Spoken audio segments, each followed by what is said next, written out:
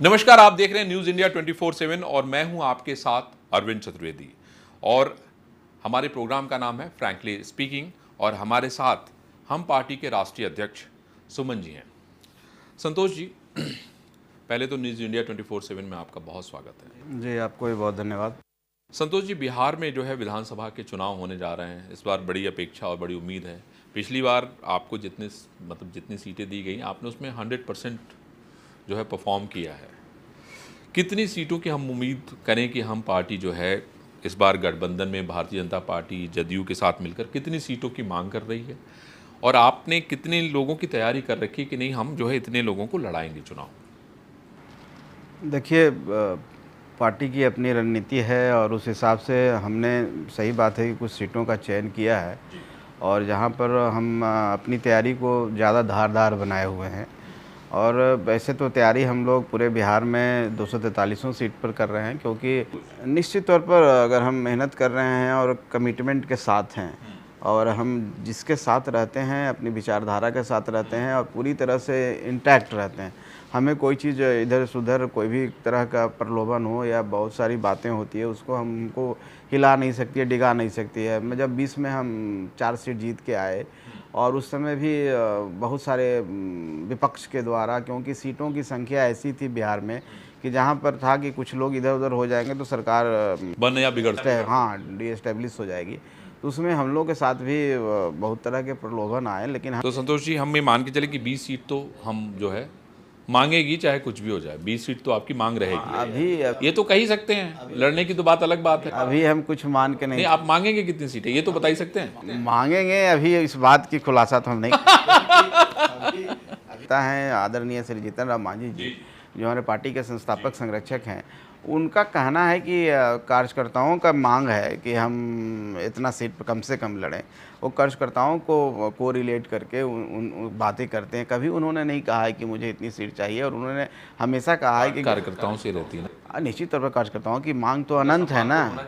कार्यकर्ताओं सम्मान के लिए तो हम लड़ेंगे, हम कहाँ कह रहे हैं कि नहीं लड़ेंगे, लेकिन चलिए, अच्छा ठीक है। आपके पिताजी मुख्यमंत्री भी रहे हैं, वहाँ बहुत समय तक उन्होंने कार्यकाल चलाया भी है। मुझे ये बताइए, इधर बीच हाल के दिनों में बड़ी सारी इस बात को लेकर चर्चा होती रहती है। नीतीश जी देखते हैं रहते हैं बीच बीच में कोई ना कोई ऐसा बयान देते रहते हैं जो बड़ा चर्चा का विषय बन जाता है, बड़ा वायरल हो जाता है। विधानसभा का बयान हमने देखा, बाकी भी अलग अलग समय का बयान और उनकी एक्टिविटी देखते हैं। आपको क्या लगता है कि नीतीश जी पे उम्र हावी हो रही है, या आपको लगता है कि नहीं मुख्यमंत्री के पद के लिए भी कुछ सोचना चाहिए? आपके जो है संरक्षक, आपके रक्षक जितना मांझी जी के पास अच्छा खासा अनुभव है, कुछ हो सकता है इस विषय में? आप लोग सोचते हैं ऐसा? क्योंकि राजनीति में तो कुछ भी हो सकता है। देखिए, हम लोग जिस नीतीश कुमार जी की बात अब कर रहे हैं, माननीय मुख्यमंत्री जी की, आपको याद होगा कि किस तरह से बिहार जंगल राज के नाम से जाना जाता था और नीतीश जी ने कैसे बिहार को निकाला और विकास की गति को धीरे धीरे बढ़ाना शुरू किया। और अभी भी आप देख लीजिए, अभी साल भर के अंदर बिहार में जितने काम हुए हैं, जितने विकास हुई है, जिस गति से विकास हुई है और केंद्र सरकार का जो सहयोग है और हर क्षेत्र में हमने काम किया है, तो माननीय मुख्यमंत्री जी की ये विज़न है। और मतलब इन सब चीज़ों से कोई मतलब नहीं है, मतलब ये भूल जाना, ये सब कोई बात ही नहीं है। आप लोग नहीं, अरे सर वीडियो आता है, हम क्या करें, हम लोग तो वीडियो देखिए, कभी कोई इंसान कहीं पर कुछ ऐसा मोमेंट आता है, मान लीजिए कि हम लोग भी कहीं पर हैं, कुछ ऐसी बात हो गई, किसी को तो आप अपने पिताजी को मुख्यमंत्री बनते हुए नहीं देखना चाहते हैं? मेरे पिताजी को जिस समाज से हम लोग आते हैं और जो हम लोग ने कल्पना किया, वो कल्पना के इतर हम लोग ऊपर कहीं मिला है। और हम मुख्यमंत्री रहे हैं, अभी भारत सरकार में एक अहम पद लिए हुए हैं, माननीय मंत्री हैं, एमएसएमई माननीय प्रधानमंत्री जी को धन्यवाद देते हैं। और हम समझते हैं कि अभी बिहार में हम सब ने मिल करके ये बात कही है कि मुख्यमंत्री जी जो हमारे हैं अगले मुख्यमंत्री के रूप में रहेंगे, उन्हीं के नेतृत्व में हम चुनाव लड़ेंगे। तो अभी इसका कोई स्कोप नहीं है, तो ये सब क्वेश्चन का जवाब हम समझते हैं। इसका कोई मतलब नहीं है, सब क्वेश्चन, कोई रूमर भी नहीं है, आप रूमर बना रहे हैं। नहीं संतोष जी, देखिए क्या है, कैमरा तो झूठ बोलता नहीं है, तो आप जानते हैं। लेकिन अब चूंकि आप राजनीति में हैं तो आपको तो जवाब देना पड़ेगा। गठबंधन में भी हैं, राजनीति में भी हैं, दोनों धर्म आपको निभाने पड़ेंगे। चलिए खैर, कोई नहीं। हमारा सर सवाल ये है कि अब आप अगर इधर देखिए तो पूरी यात्रा निकाली गई है ना, सर को लेके जो है यहाँ तक कहा गया कि भाई जो सरकार है वो चोर है, वोट चोरी कर रही है। आपको क्या लगता है कि इतने बड़े पैमाने पर ये सब गड़बड़ियाँ संभव है क्या? इतना सारा सिस्टम है। बहुत सारे अभी तेजस्वी जी को भी देखिए 2-2 जगह का जो था उसमें उनको भी नोटिस दिया गया। आपके जो डिप्टी सीएम साहब सिन्हा साहब भी थे उनको भी नोटिस दिया गया। तो क्या आपको लगता है कि सर में इतनी गड़बड़ियाँ हो रही हैं? देखिए, अब जो आंदोलन किया गया है महागठबंधन के द्वारा, विपक्ष पार्टियों के द्वारा, उनका कहने का कुछ और ही तात्पर्य था। उनका कहना था कि जानबूझ करके नाम काटा जा रहा है, और उनका कहना है कि कुछ दलित यहाँ से जो नाम काट के वो अति पिछड़ा का नाम काटा जा रहा है, क्योंकि भाजपा ऐसी पार्टी है, सामंती पार्टी है, भाजपा के वो वोटर नहीं है। मैं कहना चाहता हूँ, अगर वो हमारे वोटर नहीं है तो हम चुनाव कैसे जीतते हैं, किनके बल पर जीतेंगे? और जो मेरे वोटर हैं उनका हम नाम काटेंगे। और दूसरी बात, जितना उन्होंने हवा बनाया, जितना उन्होंने प्रोपेगेंडा क्रिएट किया, मैं कहता हूं कि जो इंड है, आज जो वोटर जो हैं, अब वोट देने जब जाएंगे तो उनका वोटर लिस्ट में नाम है, वो अपना वोट देंगे, तो हमको कहाँ लगता है कोई गड़बड़ी का मतलब यही उन लोग कहना चाह रहे हैं, तो बोकस वोटिंग करते हैं।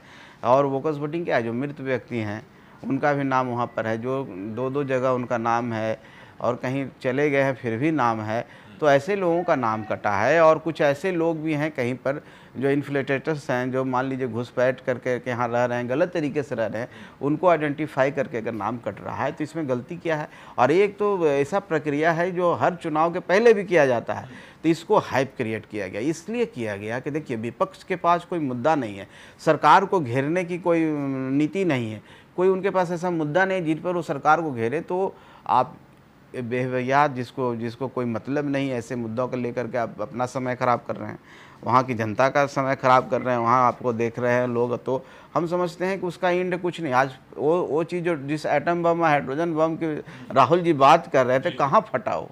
कहीं फटा तो कहीं तो नज़र आता है। वो तो कह रहे हैं कि अभी हम अभी तो फोड़ेंगे ना, अभी तो हाइड्रोजन बम वो चुनाव के बाद उनकी आदत है। हाँ, चुनाव के बाद। सर ये बताइए कि अभी आपने देखा किस तरह से कितना बवाल हुआ, प्रधानमंत्री जी की जो मृतक माँ हैं उन पे जो टिप्पणी की गई, और बिहार बंद का भी आपने ऐलान दिया। आप देखते हैं कि ये राजनीति के लिए इस तरह का जो एक नया चलन शुरू हो गया है कि कुछ भी कहिए, कुछ भी बोलिए, इसको आप कहाँ तक देखते हैं, मानते हैं? क्योंकि ये मैं इधर हाल के वर्षों में देख रहा हूँ इसको। गलत परंपरा की शुरुआत है, वो चाहे किसी पक्ष के द्वारा हो। और आप चुनाव के समय मैंने देखा है कुछ जो सीनियर लीडर्स भी हैं किसी भी पार्टी के, वो ऐसे ऐसे टिप्पणी कर देते हैं जो टिप्पणी कहीं भी संसदीय लोकतंत्र में उसका स्थान नहीं है। और जिस तरह से मुजफ्फरपुर की सभा में, कांग्रेस की सभा में, जिस सभा को संबोधित राहुल गांधी किए, तेजस्वी यादव जी ने किया, और वहाँ पर उनके कार्यकर्ता खड़े होकर इस तरह की भाषा का प्रयोग किए, निश्चित तौर पर निंदनीय है, शर्मसार। हम समझते हैं कि पूरी मानवता जाति को, क्योंकि वो एक माँ बहन पर करने का मतलब होता है कि हमारी भी माता हैं, हमारी भी बहन है, और पूरे बिहार नहीं पूरे देश के महिलाओं के ऊपर अपमान है।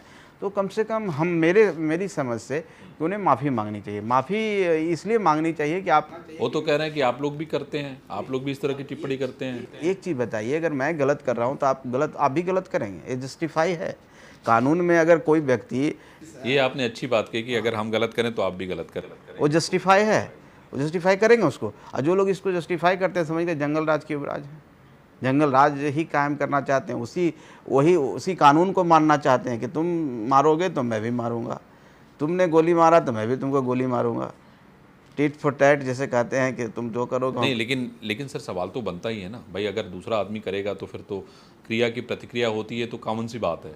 क्रिया की प्रतिक्रिया, उन्होंने कोई बातों को लेकर के बोला कि ये करेंगे, वो ये किए, वो फलना नेता ने बोला, फलना नेता ने बोला, और क्या बोला उसके बारे में बोलते नहीं। लेकिन अब मेरा सिर्फ एक ही सवाल है कि आप इसको कैसे जस्टिफाई करोगे? आपको तो भाई ठीक है, अगर हमारे तरफ से, हमारे कार्यकर्ताओं की तरफ से कोई गलतियां हुई है तो हम माफ़ी मांगेंगे, कि वो भी कह रहे हैं कि ये नहीं होना चाहिए, नहीं होना चाहिए तो माफ़ी मांग लो।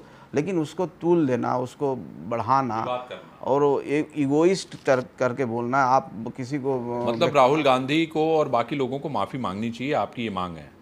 मांगनी ही चाहिए। इसमें मांग लेने से वो कोई गलत तो नहीं, छोटे नहीं हो जाएंगे। राहुल गांधी ही रहेंगे, माफ़ी मांगने वाला हमारे देश में महान कहलाता है। तो वो हम नहीं समझते। जैसे प्रधानमंत्री जी ने कभी बहुत सारी बात ऐसी बातें हुई है जहाँ पर स्वीकार किया है कि गलतियाँ, हर व्यक्ति अगर मुझसे गलती हुई तो मैं स्वीकार करूँगा कि मुझसे गलती हो गई है, तो करना चाहिए, नहीं तो फिर कोर्ट में जाके माफ़ी मांगे। उससे अच्छा है कि जनता से माफ़ी। पार्टी से नहीं माफ़ी मांगनी चाहते, माँ से नहीं मांगने, मरी हुई मृतक माँ से नहीं मांगना चाहते तो जाके कोर्ट में माफ़ी मांगिए, मतलब अपनी इज्जत बचाइए। कोर्ट में माफ़ी तो मांगेंगे ही, उससे अच्छा है कि जनता से माफ़ी मांग लो। जनता तो महान है, जनता तो हमारी अन्नदाता है, जनता ने हमें चुन करके इस काम के लिए भेजा है, तो जनता से माफ़ी मांग लीजिए। अच्छा संतोष जी, मुझे ये बताइए कि पीके यानी प्रशांत किशोर जो है पूरे बिहार में घूम घूम के कह रहे हैं कि भाई आज तक यहाँ कोई काम नहीं हुआ, ठीक है ना। वो कह रहे हैं कि हमने ग्राउंड लेवल पे इस बार इतनी पॉलिटिक्स कर दी है कि इस बार प्रशांत किशोर की जो पार्टी है वो ही दिखाई पड़ेगी, ठीक है। वो गठबंधन करने के बारे में भी सोच रहे हैं, आप देख रहे हैं। आपको क्या लगता है, क्या भविष्य है प्रशांत किशोर का? देखिए, एक चीज़ सिंपल सी चीज़ है, आप भी इस क्षेत्र में हैं, पत्रकारिता के क्षेत्र में हैं। अब प्रशांत किशोर जी का उतना ही रोल है जो फिल्म में एक डायरेक्टर का रोल होता है। अभिनेता ही दिखता है और अब डायरेक्टर पीछे ही रह जाते हैं। तो प्रशांत किशोर जी एक अच्छे राजनीतिक सलाहकार हो सकते हैं, एक स्ट्रैटेजी बनाने वाले हैं, डेटा का खेल कर सकते हैं, किसी चेहरे को चमका सकते हैं। लेकिन जब खुद वो सामने आएंगे तो निश्चित तौर पर फेल हो जाएंगे, क्योंकि आप किसी के पीछे काम कर, मतलब हीरो तो दूसरा है, आप हीरो ही रहेगा ना, हीरो को लेकिन आप नहीं लेकिन बन सकते। हीरो बनाना काम तो डायरेक्टर का ही होता है भाई। इसके पहले भी वो कहते हैं कि भाई हमने तो गुजरात में मोदी जी को जिताया, हमने उत्तर प्रदेश में राहुल जी का साथ दिया, हमने बंगाल में ममता जी का साथ दिया, तो उनके पास तो वो अच्छा खासा उदाहरण है। वो तो उनका पैसा था और उस पैसे में आपने फीस लेके काम किया। आपको एहसान नहीं किए, आपके अंदर अगर विद्वता थी जिस चीज़ की आपको फीस दिया गया और आप समझ बैठे हैं कि हम ही भगवान हाँ, हम ही क्यों न बन जाएं, तो ये तो गलतफहमी सबको हो जाती है, वो गलतफहमी है। दूसरी चीज़ मैं बताता हूँ कि आप कह रहे हैं कि माननीय मुख्यमंत्री जी ने, चाहे हमारी सरकार ने कोई काम नहीं किया, आप 15 में जब उनके साथ थे सलाहकार के तौर पर, तो आप तो बहुत लंबी काम गिना रहे थे उनके। आप अभी भी कह रहे हैं कि 7 निश्चय पार्ट 2 है जो चल रहा है, मैंने दिया, मैंने बताया। जो व्यक्ति के अंदर हम आ जाता है कि प्रधानमंत्री मैंने बनाया, मैं तो 20-25 मुख्यमंत्री बना दिया हूँ, तो बन जाओ, कौन मना कर रहा है? लोकतंत्र में मुख्यमंत्री अगर बनाते हो तो बन जाओ, हल्ला क्यों कर रहे हो? आपने कहा कि 4 विधानसभा उपचुनाव हो रहे हैं, एक ट्रायल है ना, अगर मैं नहीं जीतूंगा तो यहाँ पर देख लेना, कहाँ जीते और क्या हुआ? अभी आप कह रहे हैं, आप कहते हैं कि हम लोकतंत्र में विश्वास रखते हैं। हमारी क्या संख्या है 122 मेजोरिटी का, आप कहते हैं कि मैं 135 से नीचे अगर मेरा सीट आ गया तो मैं समझूंगा कि मेजोरिटी नहीं है, तो आप अलग से मेजोरिटी सेट कर रहे हैं बिहार में। और आप एक तरफ कह रहे हैं कि मैं छोड़ दूंगा अगर मेरे इतने विधायक जीतेंगे, कि चले जाओ जहाँ जाना है। ये क्या मतलब है? कौन से मेंटेलिटी और किस नहीं, वो बताना चाहते हैं कि भाई आने वाले समय में जब जोड़ तोड़ होगी तो फिर जहाँ जाना हो चले जाओ। हाँ, चले जाओ। तो मैं किस विजन के साथ आप काम, किसका मतलब है कि आप खिलवाड़ कर रहे हैं, बिहार के साथ खिलवाड़ कर रहे हैं। तो हम समझते हैं कि जनता समझती है, बिहार की जनता तो इतनी जागरूक है पॉलिटिकली कि अच्छे अच्छों को पता ही नहीं चलता है कि वो किसके साथ है, नहीं है। वोट देने में माहिर हैं, वो अपना वोट जहाँ उनके मन में वहीं गिराएगी, आपसे बात करेंगी, आपको चाय पिलाएंगे, आपका स्वागत करेंगे, जिंदाबाद करके आपको ईजिली चला देंगे। संतोष जी, एक मेरे मन में एक और भी सवाल है कि पिछली बार आपने देखा कि चिराग पासवान जब चुनाव लड़े थे तो वो बड़ा, मतलब उनके लड़ने का परिणाम हुआ था कि मुकाबला बड़ा कड़ा हो गया था और बहुत दिन तक पशुपति पारस जी केंद्र में मंत्री रहे। अब दोनों लोग अलग अलग हैं। आपको क्या लगता है? चिराग पासवान का तो भाई ये सपना है कि वो बिहार के मुख्यमंत्री बने। अब वो अलग अलग मंचों से ऐलान भी कर रहे हैं। कल परसों की बड़ा कार्यक्रम था और उसमें, हाँ, बड़ा कार्यक्रम था और उसमें उनके कार्यकर्ताओं ने पूरा जोश भरा। आपने भी देखा, मैंने भी देखा। क्या लगता है कि ये जो संदेश जा रहा है कि भाई सब लोग अलग अलग तैयारी करें, आपको लगता नहीं कि इससे चुनाव में नुकसान होगा? कोई नुकसान नहीं होगा। जितना हम मजबूत होंगे और गठबंधन में जब एक साथ मिल के लड़ेंगे तो हमारी मजबूती काम आएगी वहाँ पे। और चिराग पासवान जी चाहे कोई भी हो, हर पार्टी के नेता कार्यकर्ता चाहते हैं कि उनके नेता मुख्यमंत्री बने, लोकतंत्र के जो सबसे सर्वोच्च पद है स्टेट का, उसको प्राप्त करें। इसमें कोई गलत नहीं है। उनके कार्यकर्ता अगर कहते हैं कि चिराग पासवान जी मुख्यमंत्री बने तो स्वाभाविक है। हम लोग भी कहीं जाते हैं तो हम लोग के बारे में भी हमारे कार्यकर्ता कहते हैं, इसमें कोई गलत नहीं है। लेकिन हम गठबंधन के साथ हैं और गठबंधन का धर्म को निभा रहे हैं और गठबंधन में ये फैक्ट है और ये बात बोल दी गई है कि मुख्यमंत्री हमारे श्री नीतीश कुमार जी रहेंगे, हमारे नेता वही रहेंगे। इवन चिराग पासवान जी ने भी बोला है। अब कार्यकर्ता बोल रहे हैं, बोलने दीजिए, उनको रोक भी नहीं सकते हैं। तो आपके कार्यकर्ता आपको बोलते हैं कि मुख्यमंत्री हम आपको बनाएंगे? निश्चित तौर पर हम लोग भी पद यात्रा निकाले हैं, कहाँ जहाँ भी कार्यक्रम करते हैं तो कार्यकर्ता को तो बोलते ही हैं। तो कार्यकर्ता की बातों का सम्मान होगा, मतलब भविष्य तो यही कहता है ना? मेरे सोचने से नहीं ना। लेकिन कार्यकर्ता सोच रहा है ना, हम तो नहीं, हम तो सोच नहीं रहे। तो वोट देता है, अगर वो सोच लेगा और जनता वहाँ की सोच लेगी तो निश्चित तौर पर हम भी मुख्यमंत्री बन सकते हैं, प्रधानमंत्री बन सकते हैं। तो लोकतंत्र है ना, कोई भी बन सकता है। जब माननीय प्रधानमंत्री जी ने भी कभी नहीं सोचा होगा, वो चाय वाले के बेटे हैं, वो चाय बेचते थे और वो प्रधानमंत्री बने, मुख्यमंत्री भी बने। और जो भी आज देखिएगा कि इस लोकतंत्र में ऐसे ऐसे लोग बनते हैं जिनके बारे में कोई कल्पना भी नहीं की जाती। तो यही तो लोकतंत्र की खूबसूरती है। तो सब जनता मालिक है और सबको अधिकार है मुख्यमंत्री और प्रधानमंत्री बनने का। निश्चित तौर पर जनता अगर चाहेगी तो बनेंगे। अच्छा सर, ये बताइए, तेज प्रताप यादव को जो है घर से निकाल दिया गया। तेज प्रताप यादव जो है अब कह रहे हैं कि भाई हम चुनाव लड़ेंगे, हम युवाओं को मौका देंगे, और वो ये भी कह रहे हैं कि जो अपने परिवार का नहीं हुआ वो किसी का क्या होगा। क्या मायने निकालें ये तेज प्रताप यादव? क्या नुकसान करेंगे? आपको करेंगे, अपने परिवार को करेंगे, आरजेडी को करेंगे, किसको करेंगे तेज प्रताप यादव? देखिए, तेज प्रताप यादव जी के बारे में तो मेरे बगल गिरे हैं, पटना में मेरे बगल में ही रहते हैं। अब कभी कृष्ण बन जाते हैं, कभी महादेव बन जाते हैं, लीला करते हैं, कभी तांडव करते हैं और कभी कोई रोल में रहते हैं। वो क्या बोलते हैं, बिहार उसको तवज्जो नहीं देता है। और जहाँ तक मुझे पता है ये सब नौटंकी है, परिवार में कहीं पर कोई कलह नहीं है। आप देखेंगे कि उनको सेफ एग्जिट दिया जाएगा, एक ऐसा पैसेज दिया जाएगा, सेफ पैसेज, जहाँ से आसानी से वो चुनाव जीत जाएँ। और जहाँ से लड़ेंगे मतलब आरजेडी चुनाव नहीं लड़ाएगी उनके खिलाफ? हाँ, कहीं किसी एक चाहे गठबंधन भी करके उनको दिला सकती है, चाहे ऐसा कमजोर। तो हम के साथ उनका कोई टाई अप, कोई बातचीत नहीं हो रही? क्योंकि आपके पड़ोसी हैं तो पड़ोसी का धर्म होता है कि भाई मदद करें।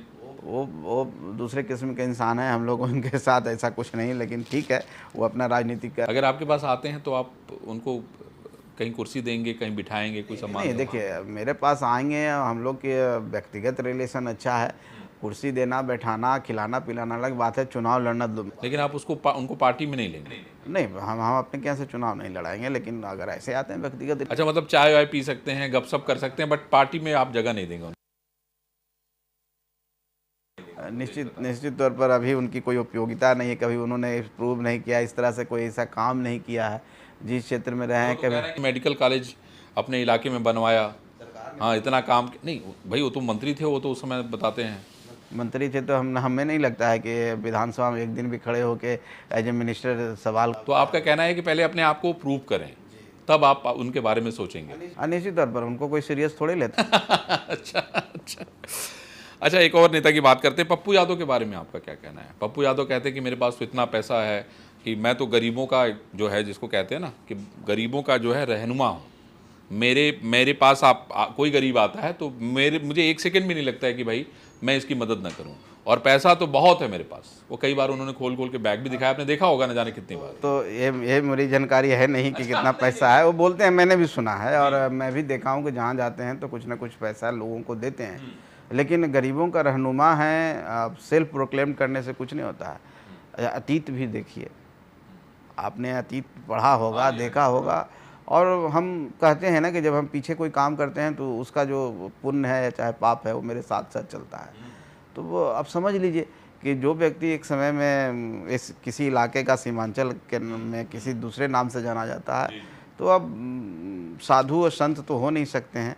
हाँ, फ्रस्ट्रेटेड बेचारे हैं, एक पार्टी में जाने के लिए परेशान हैं। वो पार्टी भाव नहीं देती है, गाड़ी पर चढ़ने नहीं देती है, गिरा देती है, कभी पटक देती है, लेकिन उसके बाद भी फ्रस्ट्रेशन में है। और जनता इस पर उनको निर्दलीय जिताई है। जब उनके अंदर क्षमता है तो क्यों किसी के पीछे पीछे भाग रहे हैं? फिर जनता गलती से जिता देगी किसी के लड़ाई में उनको। तो लड़ते रहिए, आप लड़ते रहिए, जीते रहिए, लेकिन उसका कोई मतलब नहीं है। हाँ, मतलब क्या है? कुछ नहीं, उनको कोई सीरियस उनको भी नहीं लेता। अब राजद में जो बात, राजद में भी देखिए कितनी कोशिश कर लिए बेचारे, लेकिन उनको प्रधानमंत्री जी राहुल गांधी जी के मंच पर कभी उनको चढ़ने नहीं दिया जाता किसी एक व्यक्ति के द्वारा। आप देखे होंगे कौन व्यक्ति, आप भी जान रहे हैं। लास्ट दिन जब समापन था उस दिन भी उनको चढ़ने नहीं दिया गया। अब अपना आत्मसम्मान बेच करके कोई व्यक्ति कहीं रहना चाहता है तो इसको आइडियोलॉजी नहीं कहते हैं। तो आपसे कोई संपर्क नहीं पप्पू यादव जी का? पप्पू यादव जी से तो कहे ना कि ऐसे जान पहचान है, हम लोग बहुत साथ रहे हैं, ऐसी कोई बात नहीं है। लेकिन हम पार्टी उनको कभी विचारधारा के तौर पर हम लोग एक साथ नहीं जुड़ पाएंगे, उनके अलग विचारधारा है और उनकी विचारधारा हमेशा डिविएट करते रहती है। कभी किसके बारे में क्या बोलेंगे, कभी क्या बोलेंगे, तो स्थायित्व नहीं है। वो स्थायित्व होना चाहिए और एक जगह टिक के रहना चाहिए। और मैं समझता हूँ कि अगर वो जनता का मेहनत बहुत करते हैं, ऐसी बात नहीं है, वो बहुत मेहनत करते हैं, बहुत घूमते हैं, लेकिन मैंने देखा है कि वो क्यों परेशान है, क्यों अपने आप को लज्जित करते हैं जी। अगर आपके ऊपर कोई हो रहा है तो जनता जितना आपने वोट दिया उनके ऊपर हो रहा है, तो कम से कम उस गरिमा का निर्वहन करना चाहिए उनको। एक और व्यक्ति जो है आपके यहाँ बड़ी चर्चा में रहते हैं, पवन सिंह, बड़ी चर्चा उनकी होती रहती है। अभी आपने देखा कि किस तरीके से एक विवाद हो गया, एक कार्यक्रम में उन्होंने महिला को जो है जिस तरह से टच किया, बाद में उन्होंने माफ़ी भी मांग लिया। तो ये एक दृश्य नहीं है, बहुत सारे ऐसे घटनाएं आपने देखी होंगी। और वो राजनीति में भी आपने देखा ही था कि वो चुनाव लड़े, है ना, और चुनाव लड़ने के बाद जो है उसका प्रभाव भी था अच्छा खासा। कई लोग उसकी वजह से हार गए। उपेंद्र कुशवाहा जी उसमें से एक थे, RK सिंह साहब उसमें से एक थे।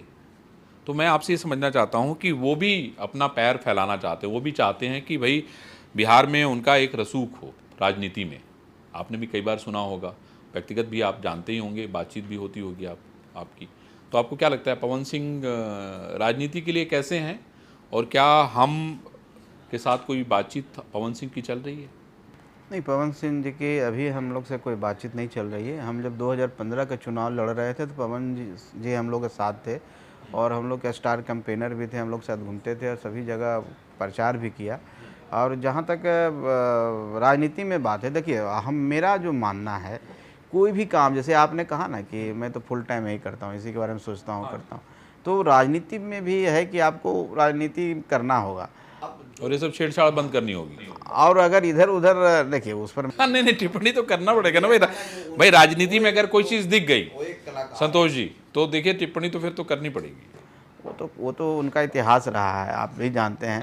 वो एक कलाकार हैं और कला का प्रदर्शन करते हैं। वो कला देखने के लिए उनके पास संख्या लाखों में लोग आते हैं और उससे कब समझ लेते हैं कि हम ये लोग मेरे वोटर भी हो सकते हैं। नहीं, लेकिन वो अच्छा खासा वोट तो पाया।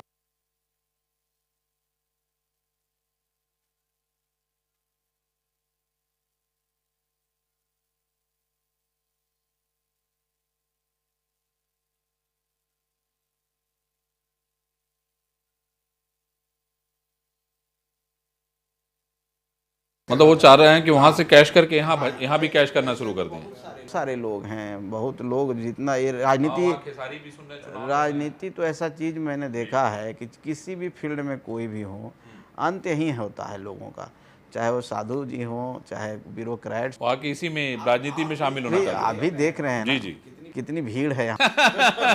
मैं कहता हूँ कि अगर आप समाज सेवा करते हैं, देश सेवा करते हैं, तो कहीं भी रह के कर सकते हैं। आप भी समाज सेवा, जी जी, आप भी अगर जनता के मुद्दों को उठा रहे हैं, आज हमसे क्रॉस क्वेश्चन कर रहे हैं, हमसे सवाल कर रहे हैं, तो जनता का सवाल कर रहे हैं, तो यहाँ भी काम कर रहे हैं। ये क्या है इसमें? तो अगर इसमें आना है तो फुल टाइम आइए। आप ये मत सोचिए कि नहीं हम उधर गाना भी गाएं, डांस भी करें, छेड़छाड़ भी करें और राजनीति भी करें। चुनाव जीतेंगे और चले जाएंगे गाना गाने के लिए। इसीलिए आप लोग जो है ले नहीं रहे उनको। जनता ने नहीं ना, हमको हमारे लेने से, हमारे पास संपर्क में भी नहीं है। नहीं भाई, आपके स्टार कैंपेनर रहे हैं, आपने हाँ रहे हैं, 15 में रहे हैं। और अगर आते हैं तो भाई हम लोग अगर किसी पार्टी में, हमारे NDA गठबंधन में आते हैं, तो हम समझते हैं कि बड़ा नाम है, जीत भी जाएंगे। जीत तो जाएंगे, लेकिन अब वो उसकी जिम्मेदारी कौन लेगा? और फिर बाद में जीत के चले जाएंगे, फिर कौन लेगा जिम्मेदारी? और वो छेड़छाड़ वाला मामला है, उसको भी तो देखना पड़ेगा। से बहुत लोग हैं, अमिताभ बच्चन जी आए, कितने दिन रहे हैं, गोविंदा जी हैं, देखिए अब जाके चुनाव लड़े तो पता। लेकिन कुछ सुनील दत्त भी आए, वो रहे, ठीक है। तो मेरा नहीं, अभी मनोज तिवारी भी हैं, निरहुआ भी हैं, रवि किशन भी हैं। यही बात है कि अगर आके रह जाते हैं, समाज सेवा में रहते हैं, जनता के बीच में रहते हैं, तब फिर तो ठीक है। लेकिन अब उसकी गारंटी कौन लेगा? इसकी गारंटी तो जिस पार्टी में जाएंगे वही लेंगे, हमें कहाँ लूँगा। ये अच्छी बात कही। सर एक चीज़ और ये पूछना चाह रहा हूँ कि ये जो तेजस्वी यादव कांग्रेस का जो गठबंधन, ये जो लगातार दावे कर रहा है कि इस बार जो है बहुत बड़ा चेंज होने जा रहा है, और आपने देखा कि तेजस्वी जी डांस करते हुए पुल पे नज़र आ रहे थे, वो डांस भी आपने देखा होगा हैं, और उसमें बाकायदा प्रैक्टिस करके डांस कर रहे हैं। तो क्या मतलब ये जो डांस, ये जो मरमरिंग, ये जो हवा, ये जो बवंडर, ये जो सब बताया जा रहा है, आपको क्या लगता है कि कहीं है, कुछ नज़र आ रहा है ज़मीन पे, धरातल पे? तो आप तो उन लोग के बहुत मतलब रहे हैं, देखे हैं, दुनिया देखी है आपने। जी। बिहार में जब उनके पिताजी का राज था 15 साल, तो जिस जगह पर वो डांस कर रहे थे वो जगह दूसरे नामों से जाना जाता, तो वहाँ आप सामने भी नहीं जा सकते थे। अच्छा। आज वो जगह इतना विकसित कर गया कि तेजस्वी यादव जी नहीं, मैं लालू यादव जी रोज़ वहाँ आइसक्रीम खाने जाते हैं, और वो इतना सुंदर है और इतने अच्छा है, इतना पॉपुलर है। और वो तेजस्वी यादव जी को लड़के ने बोला, सब डांस किए, तो समझिए कि ये शांति का प्रतीक है, विकास का प्रतीक है। तो वो जगह है ही। आप वहाँ जाके एकदम इसीलिए डांस करने चिल होके, कूल होके डांस कर रहे हैं। पहले वहाँ आप जाने के लिए आपको सारे बॉडीगार्ड्स को लेके जाना पड़ता। आप अच्छा, वहाँ इतना आतंक का माहौल। ऐसा था बिहार, जंगल राज इसलिए तो कहते हैं। तो समझ लीजिए कि माननीय नीतीश कुमार जी ने बिहार को कहाँ से कहाँ ले गए। वो विकास वहाँ दिखता है, तो हमारे विकास के ब्रांड एम्बेसडर हैं वो नीतीश कुमार जी के। वहाँ डांस करके उन्होंने दिखा दिया कि बिहार में शांति है, बिहार में विकास है, ये मेरीन ड्राइव है। और जो मैंने एक तरह से सभी और दूसरे राज्यों में है, प्रदेशों में, उससे भी बड़ा बनता जा रहा है, अभी उसका और विकास होना है। तो तेजस्वी यादव जी ने तो हमारे काम पर मुहर लगा दी। और तेजस्वी यादव जी बोलते रहे, उन बेचारे को परेशानी है, बदलाव तो हो रहा है, उन लोग के साथ जुड़ने से एक बदलाव हो रहा है। उन लोग जिस तरह से काम कर रहे हैं, बिहार की राजनीति में बदलाव आएगा कि तेजस्वी यादव जी जो 80 सीट पर थे वो 20 सीट पर आ जाएंगे, 20 सीट पे आ जाएंगे, निश्चित आ जाएंगे। एक और मेरे मन में सवाल है सर कि इधर मैं नीतीश कुमार के बेटे की बड़ा चर्चा सुन रहा हूँ कि नहीं, उनको भी पॉलिटिक्स में आना चाहिए, उनको भी आगे बढ़ाना चाहिए। तो मैं आपको भी राजनीति में देख रहा हूँ, तेजस्वी को भी राजनीति में देख रहा हूँ, तेज प्रताप को भी देख रहा हूँ, उसके अलावा बहुत सारे लोगों को देख रहा हूँ। मुझे ये बताइए कि क्या भविष्य है उनका? अब देखिए, भविष्य तय करना मेरा काम नहीं, लेकिन आप राजनीति को देख रहे हैं ना वहाँ। मैं जहाँ तक जानता हूँ कि निशांत जी अभी तक राजनीति में नहीं आए हैं। ऐसी अटकलों का बाज़ार गर्म है। और अब देखिए, एक राजनेता के बेटा हैं, एक नीतीश कुमार जी के बेटे हैं। नीतीश कुमार जी का मतलब होता है विकास, शांति और बिहार में बदलाव लाने का। और अगर उनके अंदर भी विरासत में कुछ न कुछ अपने पिताजी से सीखे होंगे तो उसकी उपयोगिता हम समझते हैं किसी क्षेत्र में हो सकती है। लेकिन उनका डिसीजन है, अभी अटकलें हैं। हमने ऐसा कभी नहीं सुना है, नहीं देखा है कि निशांत जी राजनीति में आ रहे हैं, चाहे कहीं से चुनाव लड़ेंगे। और अभी कुछ दिन पहले मैं देखा कि उनके कार्यकारी राष्ट्रीय अध्यक्ष हैं वो झा जी, संजय झा जी, उनका एक आधिकारिक बयान आया है कि निशांत जी चुनाव नहीं लड़ेंगे, राजनीति में नहीं आएंगे। तो देखिए, वो व्यक्तिगत मामला है किसी पार्टी का। माननीय नीतीश कुमार जी को मैं जितना समझता हूँ और जानता हूँ कि नीतीश कुमार जी अपने उसूलों के बहुत पक्के हैं, और वो डिसीजन उनको लेना है, और वो डिसीजन बहुत ही कड़ा डिसीजन लेते हैं, चाहे परिवारवाद का मामला हो, चाहे किसी भी चीज़ों का हो। तो उसमें वो मतलब बहुत सोच विचार के हाँ, तो अपना व्यक्तिगत मामला है। ऐसे अगर हम लोग कहें तो युवाओं को राजनीति में आना चाहिए, और राजनीति नहीं करेंगे तो करेंगे भी क्या करेंगे। तो ये आना चाहिए, लेकिन अब उनका व्यक्तिगत है। और अब मैं नहीं समझता हूँ कि इधर हम लोग साथ में देखते हैं, और बिहार की राजनीति में कहीं नहीं उस तरह का उनका इंटरवेंशन हुआ। चलिए, अब हम लोग आपकी कुछ बात करते हैं। आपका पिताजी से कितनी बनती है राजनीति को लेके? जैसे आप कोई बात करते हैं, वो कोई बात करते हैं, तो उसमें कितना मतलब कौन पिताजी हावी रहते हैं, आप रहते हैं? किसी बात पे वाद विवाद होता है तो जीत किसकी होती है? देखिए, जीत हार का नहीं है खेल, कभी कभी होती है, सबके साथ होती है। नहीं, तब क्या किस बात पे हुई, कुछ बताइए थोड़ा, दर्शक भी सुनना किसी चाहेंगे। मुद्दे को लेकर के हो, कभी कभी होती है, कभी कभी मेरा विचार कुछ अलग होता है। मान लीजिए कि मेरे पिताजी जो श्री जीतन राम मांझी जी का एक छवि है बिहार में और भारतवर्ष में कि बेबाक बोलते हैं। नहीं, हम आपसे भी यही उम्मीद करते हैं। हाँ, हर मुद्दे पर बेबाकी है, और कभी कभी ऐसी बातें बोलते हैं को, कभी गठबंधन के साथियों को भी परेशानी होती है। उस जगह पर कहीं पर हम लोग आपस में बातचीत करके समझाते हैं आप उनको कि भाई यहाँ पर उतना नहीं बोलना चाहिए। लेकिन अब उनका यूएसपी है, और उनका ये 46 साल का अपना अनुभव है, और हम उनसे तो बहस कर नहीं सकते हैं। तो हमें लगता है कि हम सही हैं, उन्हें लगता है हो सकता है कोई सही। देखिए, हम लोग समझा नहीं सकते हैं, एक सलाह दे सकते हैं, कभी अपनी बातों को शांति से रख देते हैं, और बाकी उससे आगे कुछ नहीं करते हैं। मैं देख रहा था कि आप बहुत पढ़े लिखे व्यक्ति हैं और प्रोफेसर भी हैं। मैं आपसे ये समझना चाह रहा था कि इतना पढ़ लिख के लोग राजनीति को बहुत सारे लोग तो बहुत अच्छा भी बोलते हैं, लेकिन बहुत सारे लोग बहुत बुरा भी बोलते हैं। आपका जो फील्ड है, जो मैं देख रहा हूँ, वो एक ऐसे व्यक्ति और ऐसे व्यक्तित्व की है जो शिक्षा के क्षेत्र में बहुत जिसने काम किया है। तो आप राजनीति में कैसे आ गए? मतलब इस परिवार की वजह से आ गए, पिताजी की वजह से आ गए, कैसे आ गए? किसने निर्णय लिया कि नहीं आप राजनीति में जाएं? न, मैं खुद निर्णय लिया हूँ और मैंने जब से मैं होश संभाला अपने पिताजी को राजनीति में देखे, उस समय विधायक मिनिस्टर, और मेरे मन में अनायास आया कि मुझे राजनीति ही करना है। और इसकी बहुत सारी कहानी है। मैं दिल्ली में पढ़ रहा था, मुझे बीएससी ऑनर्स केमिस्ट्री ऑनर्स में आत्माराम में मैं एआरएसडी कॉलेज होता था, उसमें एडमिशन लिया। बाद में कुछ दिन के बाद मुझे लगा कि मैं साइंस पढ़ूंगा, मुझे तो राजनीति करना, मैं पॉलिटिकल साइंस में जाके शहीद भगत सिंह में एडमिशन करा लिया। तो ये अंदर से आया है। बिजनेस करने की बात हुई, पिताजी कहे कि यहाँ पर कुछ काम कर लो, कुछ पैसे अरेंज किए गए उस समय। उसके बाद मैं वापस, तो क्या बिजनेस करने के बारे में सोचा? ऐसे ही कुछ हमारे गांव के कुछ लोग थे, यहाँ कपड़ा में मास्टर जी होते थे, तो बोले कि एक मशीन खरीद लीजिए सेकेंड हैंड, और हम दूसरे के लिए करते हैं तो आप ही के लिए करेंगे, ऐसा ही मुनाफा है। मेरे पिताजी कहें कि ठीक है, दिल्ली में ही रहता है तो लो, कुछ बहुत उस समय बहुत कम पैसे लगते थे, तो कुछ रुपए दिए और मैं वापस कर दिया। कुछ दिन के बाद कहा मुझे तो राजनीति करना, मुझे बिहार जाना है, दिल्ली में तो रहना नहीं है। तो ये जो मेरे राजनीति के लिए पैसन है ना, कीड़ा है जो बचपन से ही था, और मैं इसके लिए संघर्ष भी किया। और जब कभी पिताजी से डांट या मार पड़ी कभी? मार तो नहीं पड़ी, डांट पड़ी है। और बहुत बार ऐसा हुआ है कि कुछ बातें पर हुई है। और जैसे कि मेरे पिताजी शुरू में, जब मैं भारतीय जनता पार्टी ज्वाइन किया, स्टार्टिंग में जब दिल्ली से यहाँ से गया वहाँ, और माननीय लाल कृष्ण आडवाणी जी के मंच पर भाजपा ज्वाइन कर लिया, तो उस समय तो मेरे पिताजी गुस्से हुए थे कि वो उस विचारधारा में नहीं थे उस समय, राजद या कांग्रेस में थे। तो थोड़ा सा हुआ, तो चलिए चलता है। 12 साल वहाँ भी संघर्ष किए, और कॉलेज में भी यहाँ रहे, तो एबीवीपी के सदस्य रहे। तो वो सब कर करके जब हमारी पार्टी बनी, तो मुझे लगा कि नहीं, अब मतलब आपका जो डीएनए है वो भाजपा के साथ ज़्यादा मेल खाता है मुझे। नहीं, ऐसा नहीं है। विचारधारा हर व्यक्ति की होती है, डीएनए उसको क्या कहेंगे, लेकिन आज तो हम सब लोग साथ में, एनडीए के साथ में ही हैं, और अच्छे तरीके से हैं, और उसी विचारधारा में हैं। तो कोई ज़रूरी नहीं है किसी पार्टी से, अगर आप किसी भी पार्टी की विचारधारा अगर हमसे मेल खाती है, तो हम वहाँ पर सहज महसूस करना। राजनीति में है कि कोई भी कहीं किसी भी क्षेत्र में अगर आप ज़बरदस्ती कहीं पर हैं, आपको फोर्सली कहीं पर हैं, तो आप वहाँ पर सही से नहीं एक्सेल नहीं कर पाइएगा, वहाँ पर आप आउटपुट नहीं दे पाइएगा। तो उसी तरह से राजनीति भी है। आपकी विचारधारा कुछ है, मजबूरी में कहीं कोई और डाल दिया है, तो वहाँ पर काम नहीं कर सकते हैं। इस जगह जहाँ भी हैं हम लोग खुले मन से काम कर रहे हैं। तो राजनीति, हाँ, आज़ादी का मतलब है कि आपको अच्छा लगता है, आपको वो चीज़ जो आप काम कर रहे हैं, हाँ, वो आप जो काम कर रहे हैं वो आपको अच्छा लगता है, हाँ, वो थॉट के हिसाब से काम। परिवार में कौन कौन है आपके, संतोष जी?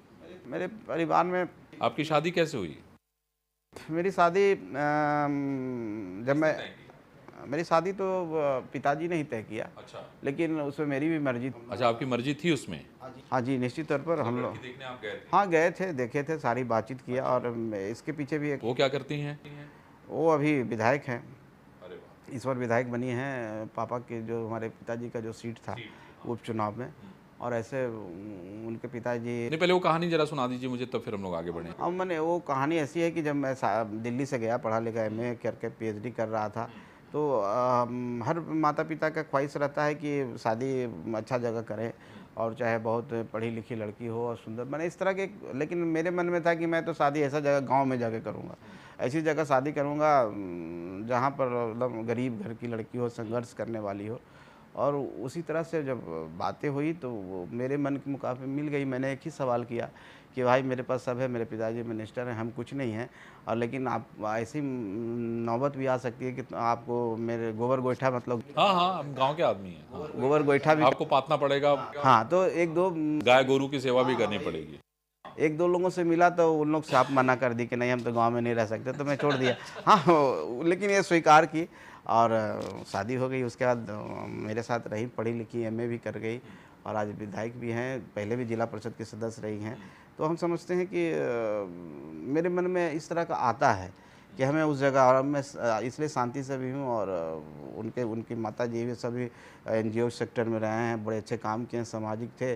तो सामाजिकता जो समाज में रहा है, तो उसको, उसकी समस्याओं को, उनकी चीज़ों को समझता होगा, इसलिए आपने जो है उनको मेल भी खाया, हमारे विचारों से मेल खाया, और आज हम लोग हैप्पीली मैरिड हैं। बहुत बढ़िया। और आपको क्या लगता है ये कि कभी फिल्में देखने का मौका मिलता है आपको? इधर हाल में कौन सी देखी आपने? अब इच्छा खत्म है। सिनेमा हॉल में तो देखे हुए बहुत दिन हो गया। पहले जब कॉलेज में उसमें जाते थे भाग भाग के बंक करके, है ना? सारे जितने भी यहाँ सिनेमा हॉल थे सब में सब में करीब करीब देख लिया था। क्या करने का मन करता है कभी खाली समय मिलता है तो? खाली समय में इच्छा करता है कि किताब पढूं। चेस खेलने का एक बहुत बड़ा पैशन है मेरा, लेकिन खेलने वाला मिलता ही नहीं है। कभी कभी जो मिलते थे लोग, मतलब आपको खिलाड़ी ढूंढना है आप, मुझे लगता है। हाँ, कभी कभी कुछ एक दो लोग मित्र हैं, उनको बुला लेते हैं। भी राजा और मंत्री और बाकी सारे सिपाही रहते हैं, ऊँट घोड़ा, वो पूरा एकदम जो बिसात होती है 64 खानों की, वो एकदम राजनीति की तरह ही होती है, एकदम है ना? सहमत का खेल। तो आप किसको बस मात देने वाले हैं इस बार चुनाव में? ये मैं इसी से सम अप करूंगा। मतलब अगर हम जीवन की बात करें तो जीवन में एक उद्देश्य आपका क्या है, कहाँ पहुँचना चाहते हैं, क्या लक्ष्य है, और देश और समाज को क्या देना चाहते हैं? देखिए, हम लोग जिस मकसद से राजनीति में आए, एक तो उस समय पैशन था, लेकिन जब हम राजनीति में आए और समाज को समझने लगे, तो मैंने देखा कि हम जिस समाज से आते हैं उस समाज में अभी इतनी गरीबी है, अभी इतनी अज्ञानता है, चाहे पॉलिटिकली अभी जागरूक नहीं है। और हर स्तर पर जब मैं देखा कि सबसे पहला पीएचडी अपने समाज का मैं हूँ, और आज तक मेरे समाज में आज तक भी कोई यूपीएससी क्रैक नहीं किया है, तो हम उस समाज को आगे बढ़ाना है। जो अभी मुख्य समाज है, जिसको कहते हैं कि बाबा साहब ने जो बात कही थी, मुख्य नायक की बात कही थी, तो वो समाज जो अभी भी बोल नहीं पाता है, अपनी बातों को रख नहीं पाता, राजनीतिक रूप से अभी वो एक्टिव नहीं है, जागरूक नहीं, उससे जागरूक करना है, उसे उस जगह पर पहुंचा देना है। हाँ, ताकि अपने अधिकारों के बारे में उनको जानकारी हो जाए और राजनीतिक भागीदारी अपना मांगना शुरू कर दें। और क्योंकि संख्या है, लेकिन संख्या होने के बावजूद भी वो उनको नहीं मिल पा रहा, तो ये सबसे अच्छा, बहुत सारी भ्रांतियां भी आप लोगों के बीच में रहती है। कोई कहता है कि नहीं, आपको तो मैं देख रहा हूँ इतने पढ़े लिखे व्यक्ति हैं, कहते हैं कि नहीं वो माजी जी के बारे में कहते हैं कि नहीं वो मूसा खाते हैं, ये करते हैं। ये क्या, ये मतलब इस तरह के ऐसे ही खाली ये अपने आप का क्रिएशन है, कोई कुछ उसमें सच्चाई नहीं है? देखिए, ये सब बातें जैसे गरीबों के लिए कहते हैं वो। हाँ, सही बात है, इस तरह की कोई बात है नहीं। देखिए, खाना पीना सबका अपना व्यक्तिगत विचार होते हैं, अपनी पसंद है। और लेकिन ऐसा भी नहीं है कि उसको कोई कहता है कि आप वो खा रहे हैं तो आप गंदगी खा रहे हैं, चाहे ये कर रहे हैं, ऐसी कोई बात नहीं है। पूरे सात्विक, एक तरह से विचारों से सात्विक हैं, नॉन वेजिटेरियन हैं, लेकिन विचारों से सात्विक। उनसे बात करेंगे तो रामायण महाभारत की ऐसी ऐसी बातें करेंगे जो हम लोग को भी नहीं समझ में आता है कैसे, क्योंकि हमारे दादाजी इसीलिए शायद वो जो है आज राष्ट्र की राजनीति में इतनी अच्छे से सक्रिय हैं। और मैं समझता हूँ कि आप भी अभी भी जिस उम्र के पड़ाव पर हैं, लोग थक जाते हैं, आज भी वो थके नहीं हैं। तो हाँ, वो संघर्ष करके आए हैं, उनकी संघर्ष को आप समझेंगे, वो संघर्ष से ही ताकत मिली है जो आज तक उनको लेके चल रहा है। देखिए, राजनीति बड़ी निर्मम होती है और हमेशा जो है आपके काम को देखती है। संतोष सुमन जी ने बहुत कुछ जो है अपने पिता से सीखा, और शायद इसी का ये परिणाम है कि इनका विचार और इनकी सोच बड़ी स्पष्ट है। इनको ये पता है कि इनको क्या करना है, और उनको ये भी पता है कि किस रास्ते से चलकर इसको वो कर पाएंगे। मेरा तो यही कहना है कि बिहार की जो आने वाला जो चुनाव है वो बड़ा दिलचस्प है। उसमें क्या होगा ये देखना भी बड़ा दिलचस्प होगा, लेकिन जिसकी गहरी नज़र होगी, यानी 64 खानों पे जिसकी नज़र होगी, जिस तरह से संतोष सुमन जी ने कहा कि उनको शतरंज बहुत पसंद है, तो उन 64 खाने में जो राजा रानी और बाकी अन्य लोग होते हैं उस पर जिसकी नज़र होगी, विजेता तो असल में वही बनता है। आज बस इतना ही। अगले सप्ताह हम फिर किसी नए मेहमान के साथ आपको रूबरू कराएंगे।